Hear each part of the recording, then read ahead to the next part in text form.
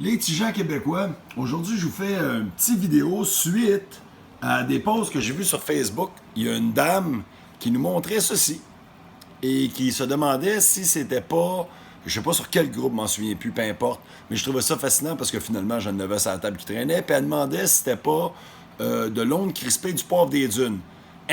Ce n'est pas ça, ça pourrait ressembler si tu ne t'y connais pas. Et maintenant, afin que vous sachiez bien les identifier, mettons, ça pourrait vous servir, mettons, un peu. Je te dis pas que ça va être la meilleure vidéo au monde pour vous montrer ça. Cependant, on voit la différence entre les deux ici. On voit qu'il y a des similitudes, mais notamment les différences juste au niveau de la grandeur, la grosseur. Les deux sont érigés en l'air, on pourrait dire érectés. Donc, dans les airs, tandis qu'il y aurait l'onde rugueux qui, lui, lorsqu'on le voit sur sa tige, il descend puis il y a une tige en fait. Donc, il s'en va vers le bas. Lui, il a comme pas de tige puis il est direct, sa branche, il pointe des airs. Ou sur le côté, mais ouais, vous voyez ce que je vous dis. Donc, l'autre, il y a comme une flexibilité là, qui pend, puis lui, ben, il n'y en a pas, il est bien bandé. Donc, le Méric Beaumier est beaucoup, beaucoup plus petit. Va pousser plus sur le bord de l'eau, mais cela, souvent, on dit que l'onde rugueux pousse sur le bord de l'eau, en effet, mais des fois plus à l'intérieur.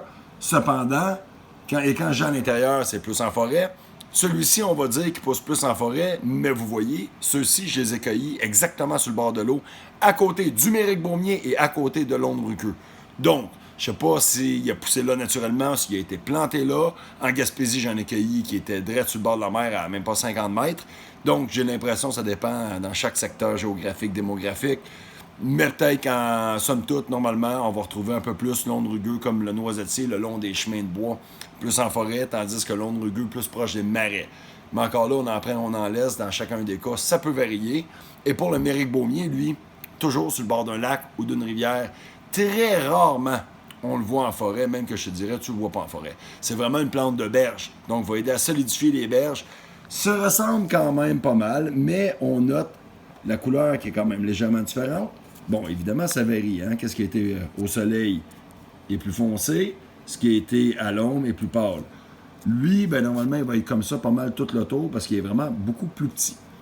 Des fois, vous allez voir des feuilles qui restent après, comme ça ici. Des feuilles de Méric Beaumier. Ils sont quand même relativement faciles à reconnaître.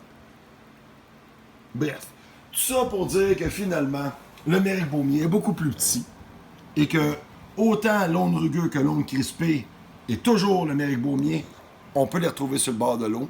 Méric Beaumier toujours, l'onde crispée un peu moins, mais pour être là. Donc, les clés d'identification sont quand même assez faciles. On voit que le Méric Beaumier est beaucoup plus petit. L'onde rugueux, lui, va être beaucoup plus long et les chatons vont pendre vers le bas, tandis que l'onde crispée, lui, chatons plus trapus, puis ils sont plus collants aussi. Quand on les touche, pas mal plus collants. Et érectés dans les airs, souvent 3 doigts, des fois 4, des fois 5. Bref, Ben Cormier en direct de Télévision Cormier au Québec, à Sainte-Adèle, dans un temps de neige. Je m'en vais me construire un abri. Oui, mesdames et messieurs. Faites vos recherches là-dessus. Mettez ça dans vos pipes. Ne les fumez pas, mais je vous dirais, mettez-les pas non plus dans vos grinders parce que ça risque de tout huiler votre grinder. Puis c'est un nasty job à récolter. Là. Après, pas à récolter, mais à nettoyer. Cependant, réduire en poudre pour en faire des épices, c'est excellent. Ce sont des plantes qui ont des arômes forts. Donc, on prend pas trop grande quantité. Saveur, odeur, couleur, tout le temps des indicatifs de l'orthophénolique.